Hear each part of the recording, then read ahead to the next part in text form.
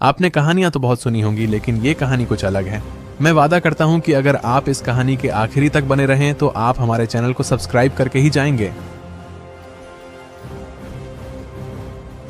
ये कहानी साल 1960 की है, जब अचानक आधी रात को रॉयल टाउन के हॉस्पिटल में मरीजों की भीड़ लगने लगी। डॉक्टर अमर का छोटा सा अस्पताल, जहां आमतौर पर दिन में ज्यादा मरीजों की भीड़ लगती है, लेकिन 15 नवंबर 1960 की रात अस्पताल में मरीजों की संख्या अचानक बढ़ गई। एक बेड पर मरीज रामू बेतहाशा कांप रहा है। उसकी आंखें लाल और उसकी सांसें भारी हो रही हैं। डॉक्टर अमर और नर्स सुमन उसकी देखभाल कर रहे हैं। रात को अचानक सैकड़ों मरीजों की भीड़ देखकर डॉक्टर अमर बेहद परेशान थे। ये कोई सामान्य बीमारी हो ही नहीं सकती। डॉक्टर अमर और उनकी नर्स सुमन अस्पताल के एक कोने में बैठते हैं। सुमन के हाथ में चाय की प्याली कांप रही है। इन मरीजों की हालत लगातार बिगड़ती जा रही है, मगर मुझे समझ नहीं आ रहा कि आखिर एक साथ इन लोगों को कौन सी बीमारी हो गई है।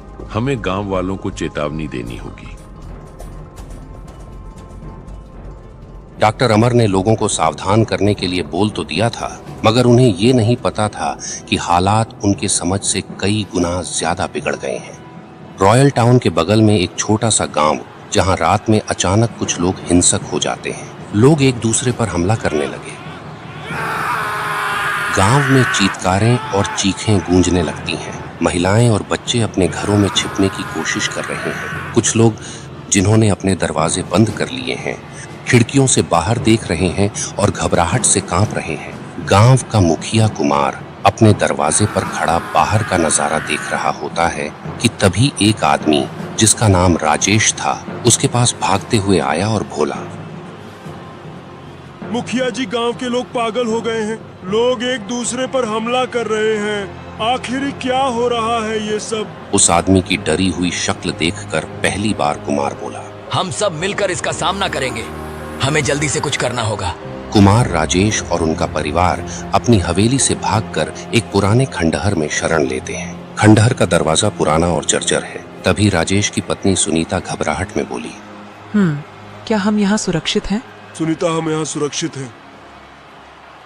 जब कुछ समय बाद थोड़ी सी शांति मिली तो खंडहर में जगह बनाकर लोग आराम करने लगे। लेकिन कुछ ही देर बाद खंडहर के दरवाजे पर जोरदार दस्तक होती है। दरवाजा टूट जाता है और अचानक एक भयानक प्राणी अंदर घुसता है। उसके शरीर के चिथड़े चिथड़े हो गए थे और आंखें खून सी भरी हुई।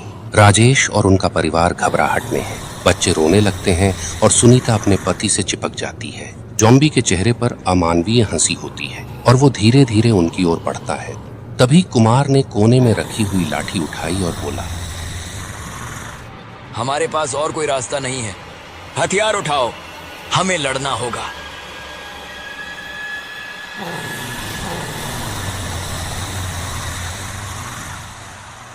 खंडहर से बाहर गांव को चारों तरफ से इसी तरह के अजीब जीवों ने घेर लिया था। हर तरफ लोग एक दूसरे के मांस और खून के प्यासे हो गए थे। डॉक्टर अमर और सुमन, जो अस्पताल की खिड़की से बाहर देख रहे हैं, उनकी आंखों में चिंता साफ दिखाई देता है।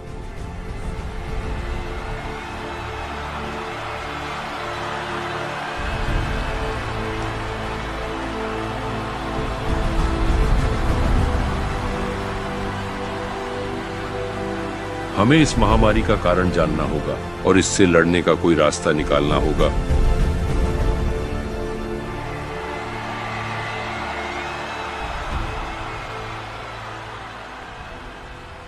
कुमार, यादव और उनका परिवार खंडहर में डरे हुए हैं। अचानक एक और जॉम्बी खंडहर में घुस जाता है। उसकी हड्डियों की खड़खड़ाहट और चीखें खंडहर में गूंजती हैं।